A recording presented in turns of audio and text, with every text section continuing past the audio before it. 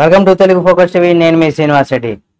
చిరంజీవి గారు Guinness book ఎక్కారు. ఎందుకు ఏంటి అనేది కూడా ఈ వీడియోలో మనం తెలుసుకుందాం.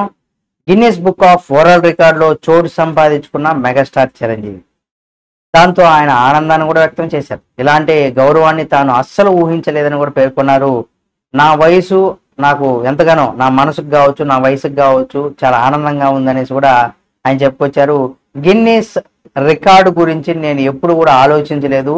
ఇన్నేళ్ల నుంచి కూడా నాకు చాలా అవకాశాలు ఇచ్చి నాతో చిత్రాలు ఎవరైతే అంటే సినిమాలు ఎవరైతే నిర్మించారో ఆ నిర్మాతలకు కావచ్చు, నన్ను నడిపించినటువంటి దర్శకులకు కావచ్చు, వాళ్ళు అద్భుతమైనటువంటి పాటలు రాసిన వారికి కావచ్చు, సంగీత దర్శకులకు కావచ్చు, ఇన్ని విభిన్నమైనటువంటి పాటలతో పాటుగా విభిన్నమైనటువంటి స్టెప్పులు కంపోజ్ చేసినటువంటి కొరియోగ్రాఫర్ల వల్లే నాకు ఈ ఘనత సాధ్యమైందని కూడా మెగాస్టార్ చిరంజీవి గారు అయితే చెప్పుకొచ్చారు.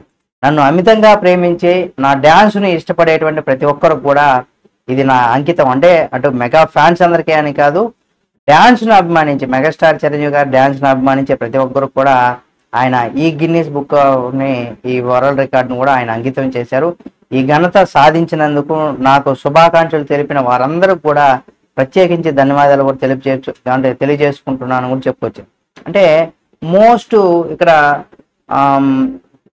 ఇండస్ట్రీలకు సంబంధించి కనుక మనం చూసినట్లయితే మెగాస్టార్ చిరంజీవి గారు ఆయన యాక్టింగ్ కావచ్చు, ఆయన యొక్క డ్యాన్స్ కావచ్చు, ఇవన్నీ కూడా ఆయన గిన్నీస్ బుక్ ఆఫ్ వరల్డ్ రికార్డులో కూడా చిరంజీవి గారికి చోటు సంపాదించుకుందని కూడా చెప్పుకోవచ్చు.